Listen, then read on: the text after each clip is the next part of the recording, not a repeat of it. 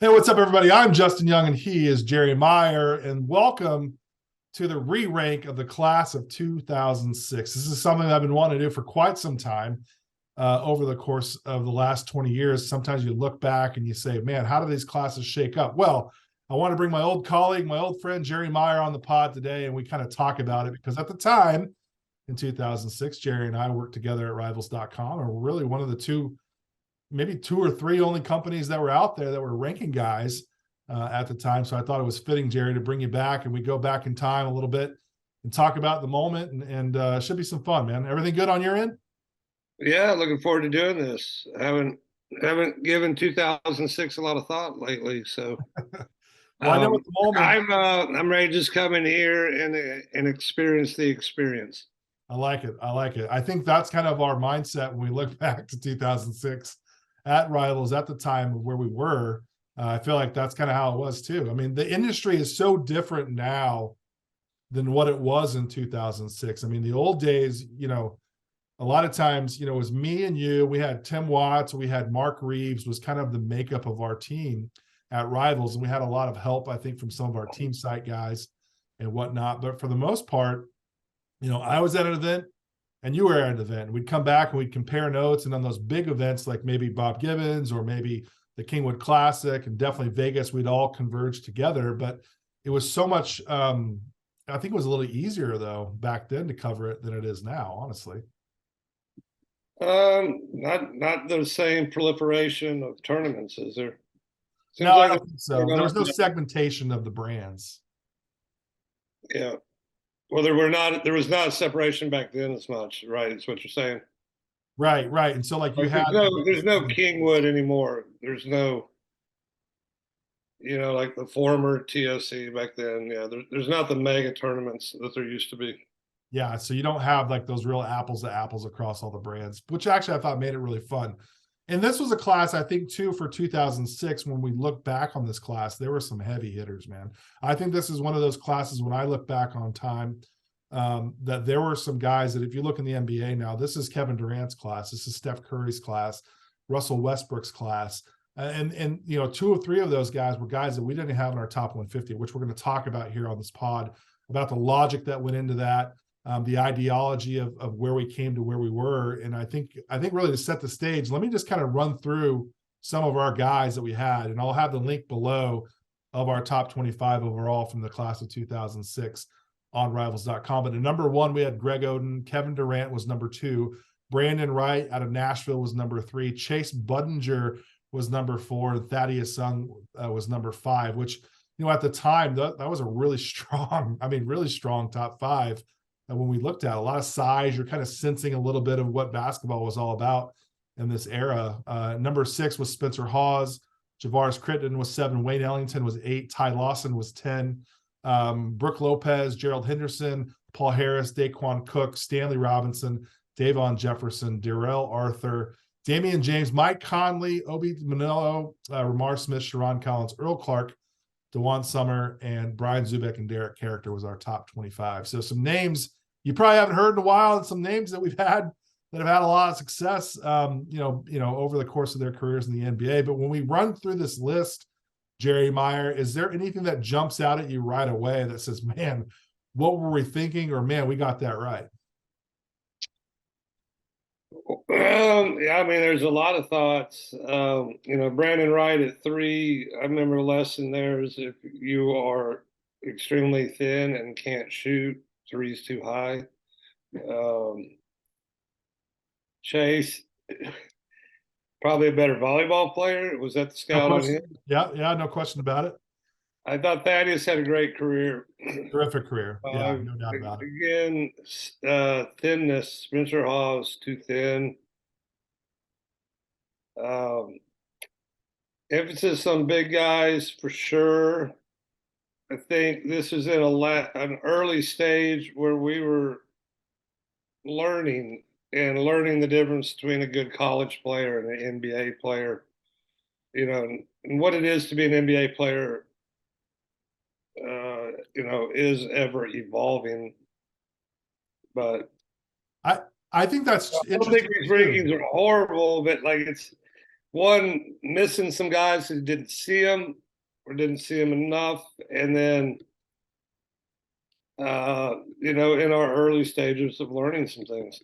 I think you make a great point, because it was. I think this was maybe our second year as a collective team, kind of figuring out where we were, but also the pulse of where we were for prep basketball players. We were coming off of the preps to pros era.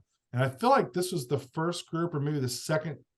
This was the second group, that had to go to college. Yeah. Mm-hmm. And, we're coming off of Dwight Howard, who was an all-world guy. And if you ask me anybody ever asks who was the best player that I've seen, I came in right after LeBron.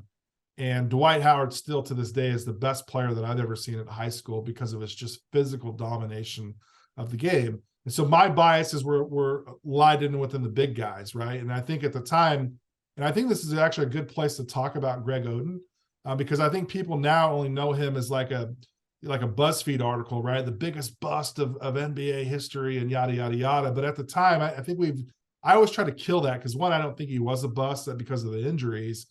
But at the time, Greg Oden was, and I don't want to be hyperbolic here, was the closest thing that I think that I've seen since Shaquille O'Neal. And I don't know if I will ever see a guy quite like Greg Oden ever again, to be quite frank. Like, what was your thoughts of him? Like, how different was he? Was he really a unicorn to you from your point of view? Well, it was right at the beginning of me scouting, and I mean, a unicorn, yeah, and I'd never seen a big guy like that before. He was so dominant. I think if you never saw Greg Oden play, a Shaquille O'Neal comparison is not terrible as far as style of play and just how physical. Yeah. Unbelievable presence and domination physically on the court, but knew how to play. He was a good player, and knew how to play with other good players. It's fun to watch him and McRoberts, Daquan Cook, Conley, the guys that they had out there. But Oden was really good. Will we see another guy like him? Yeah, probably. We'll see one who can shoot. And but I think the sheer physicality. I don't know if we've seen one since. Yeah, we haven't. I don't think that we have. Well, not in America high school. Fair. I think Udoka Azubuike, honestly, like from a physical standpoint, as high schooler, I was like, holy crap! Like he was such a physical. Yeah, it was similar. You know what I mean? Mm-hmm. And Greg Oden, like, I don't know if there was even a parallel that you could throw at him. There was some Derek. We mentioned Derek Character at the very end. We had at number 25, and Derek Character was this. Like, if he existed now because of TikTok and Instagram and all that, he'd have 3 million followers now. Like, right? Like, if he came up in that era, that's the type of hype that he had. But I mean, the gap between those two guys, as far as skill and talent at this level, was a pretty significant gap. I would agree. And basketball IQ and character makeup, sure. I give Oden a high edge as well. And the thing and you mentioned it too, like Oden, they won, the big time event in Las Vegas, and he was dominant at the ABCD camp. And any type of event that there was, well, I mean, we saw it too at Ohio State. Like, they got to the Final Four. I mean, he was such a dominant force. He was really good. He got injured. He had injury problems. Yeah, from day one. And so, and that's why I think collectively in the industry, he was number one across all boards. He was the number one pick for a reason, and which tells you a lot about how good he was, because here we had Kevin Durant right behind him. And I think if you did a Harris poll, 99 out of 100 or 100 out of 100 would always still go back and pick Greg Oden. I don't know if there would be anybody that would tell you honestly that they would have taken Kevin Durant in that time. It's always difficult when you go with the revisionist history and looking back at stuff. Sure. Looking at the way the game's changed now, I don't think it's that outlandish for someone to say, well, what I know now. No question. I would pick Durant. Like, we're dealing with tough hypotheticals here, but yeah, a lot of it's the change of the game. Oden was right there at the end of where a guy could be that good and be like Oden. Obviously, his demise was his injuries, or his injury that wouldn't heal. It reminded me a lot of Bowie, right? Sure. What's his Sam Bowie, yeah, Sam. Very similar to Sam Bowie to me. But even if he'd have been healthy, the game was really starting to change right around here, It I think, was. and becoming a more guard-oriented penetration. I think you could argue that this was the class that really changed the whole direction of where we saw basketball moving because of Curry, but because of Durant. Again, we're going back to the unicorn stuff. Like, do you remember the first time you saw Kevin Durant?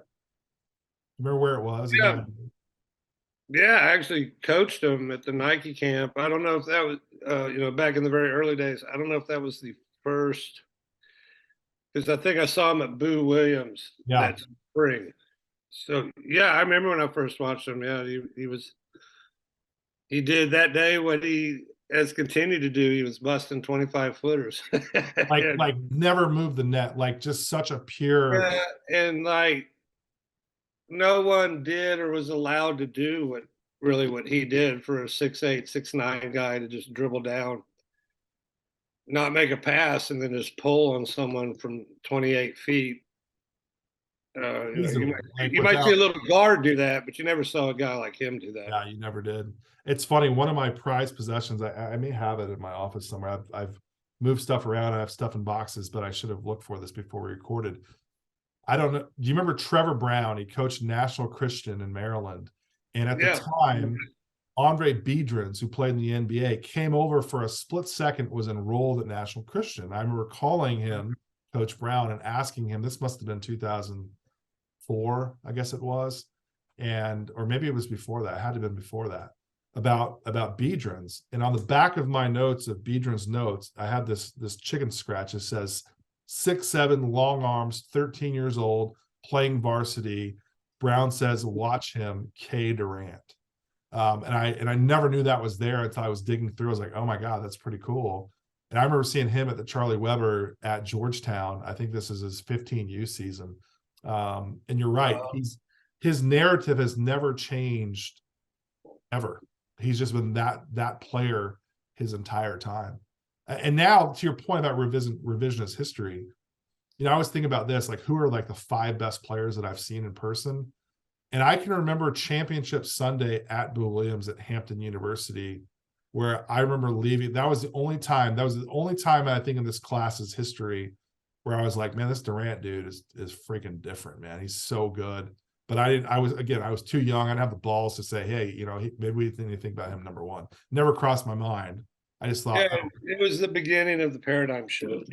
Yeah, for sure. I would argue. And then I think maybe Derrick Rose was big on the paradigm shift point guards. Yeah, for sure. And this is a tough question to ask, like right on the spot, but like when we look at Kevin Durant, and now that we've got 20 years basically to rewind it back, where does he stack up as one of those guys when you think about him as a high school player and you go, oh crap, that might be one of the best of all time? Does he fit in that category for you? For what I've seen, yeah. Yeah. I mean, it'd have to be up there. Yeah, I agree. Yeah, he comes to mind. I like Derrick Rose. I thought was unbelievable.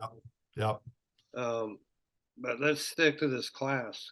Yeah, let's do it. I think the paradigm shift, Durant holds a lot of that stock, no doubt about it, but we'd be dumb to not talk about Steph Curry. And I think his story and really like his 3-point shooting, and he wasn't this guy. And I think that story's been really well articulated. But do you remember, what's your recollection of seeing him? And I don't know if you saw him much. I know I got it to the Carolinas. I did. No, see, that's your fault. You saw him. It's my fault. Well, I did write about him. I didn't think he was good enough to see. Well, that's it. That's it. He had no reputation. I think it's extraordinary that you actually even saw him. I mean, his dad's alma mater didn't even recruit him. So like everyone was wrong, but everyone had to be wrong because he was like 145 pounds, and you couldn't see it coming. Everybody was wrong. Like, I hate this narrative. Like, no one recruited him. Like, no one really recruited him. To your point, and I think you said it really well, he wasn't even good enough to consider to go watch, right? And at the time, we're watching. Yeah. Now, mind you, we're watching Greg Oden again. You just happened to see him, I think there was an event at his school at Charlotte Christian, or they were up at that particular event, Yeah, And then people were not flocking to watch this guy. No. we were not. I did see him, ironically enough, at Swanee Sports Academy, where I work at now, on court 4, hit like 6 or 7 threes and a half. And I remember taking his photo, which is now the famous photo that you see in all these memes. He was a no-star player or whatever, we had him or didn't have him. And I took the picture in the lobby because it was notable enough. Like, he was like, oh man, this guy can really shoot. But again, he's 150 pounds. And I think it was more the notoriety that here he was Del Curry's son, rather than, this kid's actually like a legit prospect. But I do think to your point about revisionist history, where people like no one even talked about him. People in North Carolina didn't even talk about him. Charlotte barely even talked about him. Now, he had a great coach. They had a great high school program, won a lot of games, but Steph Curry, and I don't even know if the coaching staff at Davidson even anticipated him being what he became. No. No question. Yeah, no question. So that's why he wasn't ranked. I mean, it was that simple. All right, here's a trivia. Do you know the travel team name of the team he was on? No. Charlotte Miners, the Charlotte Miners. I thought Ma and Paul might be in there, but it might have been the Bojangles All-Stars out of North Carolina. Well, I think, and to this end, here we had Steph Curry in the South in North Carolina, kind of getting I don't want to disrespect like his journey to Davidson, but it was definitely not, he was not recruit number 1 on the recruiting board. But on the other end, we have Russell Westbrook out in Los Angeles, who committed really late, committed after he had finished his senior season in Los Angeles. And you had kind of gotten to know his high school coach, but we literally never saw him play. I don't think we ever saw him play at a travel event. I don't get the impression that he played at like Kingwood or Bob Gibbons, or if he went to Vegas, right, it was a back gym or something like that.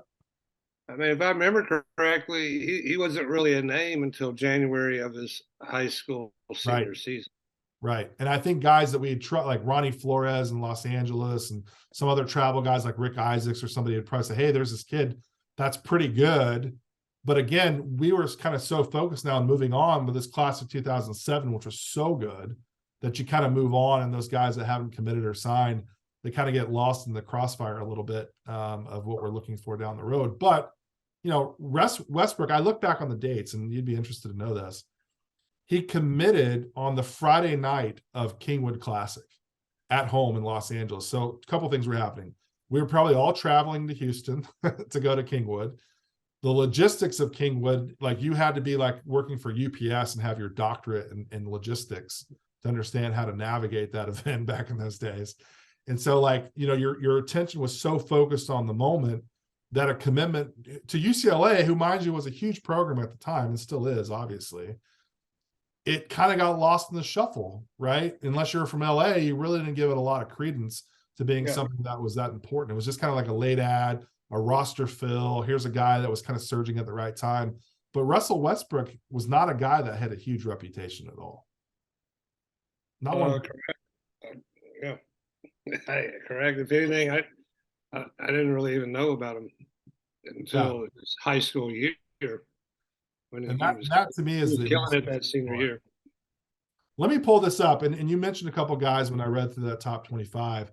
Thaddeus Young, I look at number 5. I feel like we got that one right. I did. I feel really good about that one. We're going to re-rank the class a little bit later, but Thaddeus Young, I mean, that guy's had an unbelievable career. And at the time, that guy was a superstar coming out of high school. Memphis Pump and Run was a team that I feel like any event that we went to, we try to go see those guys right away on Friday night. Yeah. Thaddeus has had a solid in the good way, a very solid long-term career, and has contributed and helped every team that's played on. Yeah, great. I think maybe 8 years in Philadelphia, well loved in Philly. It's a guy that contends on great guy. What's that? Yeah, great guy too. Yeah. Great guy, great human being. I think Brooks the name to look at. It seems was who down Brooke Lopez as far as the guy. I feel like you had a great. I want to talk about Spencer Hawes. Well, hey, you know what though? Spencer had a really good career in the NBA. Honestly, like he did. He played 8-9 years and respectable and started and probably. Yeah, but sometimes you want a little more from this top 10. But Fair. But let's talk about the Lopez twins, because I do feel like I know that you knew their mom pretty well in the process, and or at least like had a relationship there for stories and whatnot. But the Lopez twins, you're right. I mean, man, what a trajectory. And really, like, I think when you look at this class, maybe two of the most unheralded but remarkable careers for both of these guys. Yeah, great career. Brooks still out there draining threes. Evolved his game. It wasn't that guy And as a high school guy. no, right. You knew they had touch, or he did, but no, for sure. He evolved his game, and I think one of those real like stretch five men, so to speak. It seems like he was kind of one of the original. I mean, I think that's the theme as we're kind of talking this out. This is a revolutionary class, really, when you think about positional norms kind of got thrown out the window. Here you have Greg Oden, the traditional five man that we've seen, these great bigs that we've seen in the NBA, these big, I don't want to call them stiff because they're elite, but we've made this pivot, right, to these long wings that can shoot and these five men that can shoot. Yeah. Big guards and great athletes and really all these the guys that particularly stuck in the league. When I look back, when we're looking at duos, Adidas was really strong in this era. They had these great camps, and they didn't have an Adidas circuit per se, but we saw these, Ebo is who the Lopez twins played for. I really like watching Wayne Ellington and Gerald Henderson. I think they were the players out of Philadelphia, New Jersey area. And I think Wayne Ellington and Gerald Henderson for me, and then the pump and run, Memphis Pump and Run was also an Adidas program. I thought Wayne and Gerald to me were my favorite guys. I love watching those guys play. Two ACC guys, which was kind of the area that I kind of covered a lot of in that era with those two guys. I'm not surprised by either one of them. I mean, injuries kind of slowed down Gerald a little bit, but both of those guys had good, respectable, long careers in the NBA. Yeah. So, good NBA players. Yeah, Were you surprised? Like, we talked about these great classes, and I'm going to get to something that I didn't have in our show notes, which is actually kind of the theme of this guy's entire career. But we look at Daquan Cook, who played with Greg Oden. Josh McRoberts was a class before. But let me kind of jump over my own thought. Mike Conley. I mean, what an absolute the irony of this that I didn't put him on my show notes is actually perfect for Mike Conley, because I feel like he was always the forgotten guy in this class, because Ty Lawson and Javaris Critton were dominant high school players. But yet Mike Conley, year after year, game after game, event after event, they won. Not a fanfare guy, pretty humble kid. And his NBA career kind of mirrors what his entire career has been since he's probably dribbled the basketball. But I feel like I remember correctly that you, like, what was your take on Conley? I loved him. He was my guy. Obviously our rankings were a team effort, and to be honest, this is at the very, very beginning of my career, and I'm feeling my way through things. But yeah, I just, for all the reasons that Mike Conley turned out really good, were reasons I liked him then. And I was a point guard, and I mean, he was obviously way, way, way better than me, but I sensed similarities. I had an affinity to his game, his use of either hand. He's a very symmetrical type player. I thought he was going to be a reliable shooter. I thought he was very efficient. He could, in a way, do more with less than some other players. Fewer dribbles, fewer fakes, fewer whatever. It was a very streamlined game that I had an appreciation for, but wasn't necessarily glamorous. Then I felt he knew how to make those around him better. A lot of these guards kind of just played like in a vacuum. I thought he was extraordinary at that age for having a big picture point guard, perspective and vision. And it was like he, truly was kind of like the heart of the team, wasn't trying to be the team, wasn't just a part of the team, but he was a connector, did all the thing. Everyone that talks about, oh, I wish point guards did this, point guards did that, the old school type of talk, which, there's validity to that. There's a lot of a lot of dumb shit in it too. But Yeah. this would be, like, oh, what do you want a guy to just dribble down and pass it to the wing because he runs the offense? That offenses don't win games. Players who can create offense win games. There ain't no coach that can coach his way to a win. The X and O's don't. That's all pretty and everything. It's fun when you're, drinking coffee or beer. But when it comes to winning, you need a player like Conley was, man. Yeah. I thought he just screamed winner. Tremendous career. I mean, like literally tremendous career, and really, I think set the standard for what. He kind of mastered that little floater, Unbelievable. stuff that was coming into the game, and you'd see guys doing it. It's like he played at a different vibration. He wasn't so frenetic up and down, and so then he mastered shots. Like he mastered that low floater. He could make it either hand. It was just the simplicity, but yet advancement of his game was really interesting to behold. Best father and son duo of our era at Rivals. Mike Conley might be. I mean, I don't know who beats it. So it's number one right now. Yeah. I think that because we got Devon Jefferson and Rick Isaacs. I mean, well, probably, yeah, probably. It's a joke because we love Rick and Devon was a freak. We could tell stories about him, but man, just like their connection, because Rick was a hell of an athlete back in his day. Many people don't realize, but still going strong too. I get to see him quite a bit now that I'm out here in the West. It's one of my favorites. Rick's the man.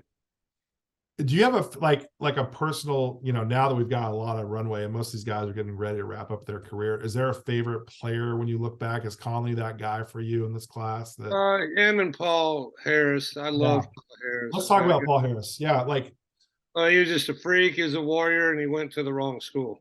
Where should he have gone? Where should he have gone? To the wrong coach. He should have been. Well, Paul Harris was not born to sit in a 2-3 zone. Yeah. Paul Harris was not born to just hang out on the baseline and be an offensive rebounder.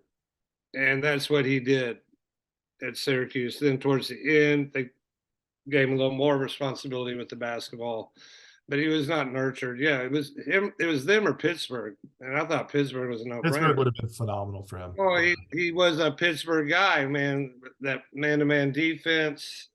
You remember what a great defender he was and what a versatile defender he was. He was. I got a little, it's nothing against Syracuse. Great program. It was just the system was not, his Boeheim system was not meant for Paul Harris. Paul Harris was meant for like a Ben Hallen system. Yeah, no doubt about it. Paul actually played for my brother in the G League, I think, for a season or so. Yeah. I never loved him because of his versatility. I mean, he was such I love the way he competed. Yeah, and one of the most elite competitors. And now I know I believe he's coaching in the G League now and cutting his teeth now as a pro coach, which I can only imagine how amazing he's going to be in those practices and those skills. I can see him being a very good coach. I thought he played like a coach. Totally agree. Yeah. Coach / bouncer / hitman. But, he is one of the most intimidating guys. Yeah, because a lot of players compete. Like I felt like I really competed, but it wasn't a Paul Harris. I wasn't scaring anyone. He was like Ed Reed. Physicality. Yeah. Oh, he was scary. I mean, he was kind of scary. The closest thing I think I've seen to him is Marcus Smart. Yeah, that's a great call. I thought Marcus Smart scared when you got in a small gym, a side auxiliary gym. I've never seen players kind of just put the fear in the whole gym, and especially anyone on the court or in the front row, which basically everyone was in the front row. So what if this guy decided he wanted to go for a loose? He's going to go for a loose ball. Yeah, you had the feeling he would just put my body through the concrete, right? He wouldn't even apologize. He wouldn't apologize about it either. No, if that's what it took to get the ball, I mean, he'd help you up. So I hope you're all right, bro. And then he'd be gone and still competing. But yeah, those dudes were so physical. Just physical. I mean, really this class, when you look at it, you mentioned Davon Jefferson, also a guy like one of those physical athletes. just an absolute freak, destroyed the rim. Freak, Almost fun yeah, to watch. floated around, man. Sharon Collins is another Unique. guy. Great Yeah, speed fell within off, him. got a little heavy. Yeah, Yeah. Yeah. him and Ty Lawson had some great matchups. Ty Lawson, let's talk about him for a second because he was a top 10 guy for us. And really at the moment, him and Kevin Durant were teammates on the DC Blue Devils. And Ty Lawson's speed was unbelievable end to end. And him and Sharon Collins, like you said, unbelievable matchups. They were Nike teams. Saw them at the Peach Jam, going head to head, and all those type of, East Coast events that we saw them playing. Or I guess it wasn't East Coast because Sharon's from Chicago, but where was it? Arkansas, maybe played each other in Arkansas, Real Deal, and those types of. That makes sense. Yeah. But Ty Lawson, I do think it gets lost based on his NBA career. But as a high school and as a prep, I mean, look at this. We had him number 8 overall in the country. Or do we have him 8? No, sorry. We had him higher than that. No, number 9. Number 9 in this class, which I think tells you a lot about the stock that we had him above Mike Conley. We had him above Sharon Collins. We had him above a lot of great players. And Javaris Critton, who unfortunately made some life decisions that puts him outside the conversation for a lot of unfortunate things right now. But Ty Lawson, to me, was one of those guys that as a prep player was absolutely phenomenal. And really, I mean, the guy played in the NBA for 8 years, I think it was, had a great season in the NBA for Denver. Anyways, if is there, we kind of talked about, I hate to say like our misses, but I think when we look back at this, Chase Budinger, Brandon Wright there at the top, I think we would certainly rethink those. All overranked, yeah. What about, is there anybody in this class that really surprised you that you didn't see coming outside of like the Westbrooks and the Currys and guys in that category? Mm-hmm. There's a lot of options too. Like, let me throw this out there before you dive into that. That's fine. I'm just glancing through names. So yeah, keep rolling. There were 46 players out of this class that were drafted in the NBA, which is really a strong number of guys. And there were 14 of those were lottery picks, which I think is really phenomenal when you look back at that. Hasheem Thabeet is a guy that we haven't talked about. I've got a great story right now up on HoopSeen.com talking about the Thabeet kind of phenomenon that kind of came about. Jordan Hill was another guy I think that played really well. I've got one if you don't have one off the top of your head. Well, I got one real quick. Okay. I really liked this guy. I thought he was good. Loved how he competed, played, but I would never have thought Patrick Beverly would still be in the news right now. Yeah, I know. That's remarkable. It's remarkable. It's 2006, and he's still for better or for worse, a lightning rod of attention in the NBA. I did not have that on my quote bingo card.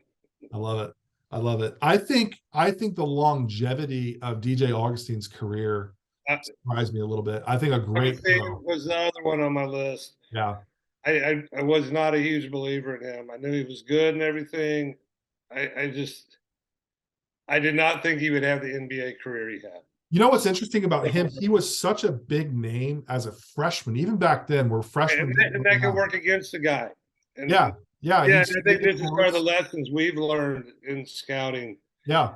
Next time that happens, I can't let it do that, And we've seen other guys too, like Van Vliet and other types of players that have made it. When you go back and you kind of look at the DNA and the characteristics of that type of player, like I do that all the time. I think you do that all the time. And I think as an evaluator, it's important to look back, right? And say, okay, well, why did he work? Yeah, it's massive. Huge. It's massive. We get so forwardly thinking that I think it's really important to look back as well. Yeah. It's kind of like science. Yeah. Well, there is a science. Now, science is an evolutionary process of a way to discover information. It's a process, it's a format. It's not like some holy scripture that's been written out. Here are all the rules, take this for that, take that. Things are always changing. So you take salt tablets good, salt tablets bad. What are electrolytes? We didn't know. Now there's going to be something that electrolytes are bad for you. We're coming. So in scouting players, the game changes. It's not a static event. Yeah, and it is a process of discovery. And so, I don't even pay attention to these people like you miss that. I do to try to become better, but I don't need them to tell me that. I can see it. the beauty of this pod is it allows us Yeah. to do that. Let's re-rank it. Shall we re-rank it? Let's get into our re-rank. Let's wrap them up. Yeah, Let's do it. Let's do it. I think it's pretty clear that Steph let's Curry. just play off yours, because I looked at yours and I know I pretty much agreed with it. But let's look at that and I'll see if there's anything else. Okay, here. All right, fair enough. Here's fair enough. So obviously Steph Curry for me, number one. It's undeniable. I think you got to do, without a doubt. Without a doubt. Without a doubt. Kevin Durant's number two. Once again, always the bridesmaid. I've got Westbrook at number 3 overall. I've got Brook Lopez at number 4, to your point of like an evolutionary guy, long-term guy. And I think maybe I can make an argument that Mike Conley maybe needs to be number 4 instead of number 5. But that's where I have him. This one is my only one that I feel like is the one that people can look at and go, oh, you're such an idiot, Young. You've never changed. But because of how much I valued and loved what Greg Oden was and the unicorn that he was, I've got him slotted at number 6 because I've just never seen anybody like him. He's a tough one to deal with, right? Yeah, and so that's where I've got him. One thing in scouting are injuries, you know. Can't predict it. Yeah, I just can't do it. Yeah, but then you can counter, maybe you should have predicted it.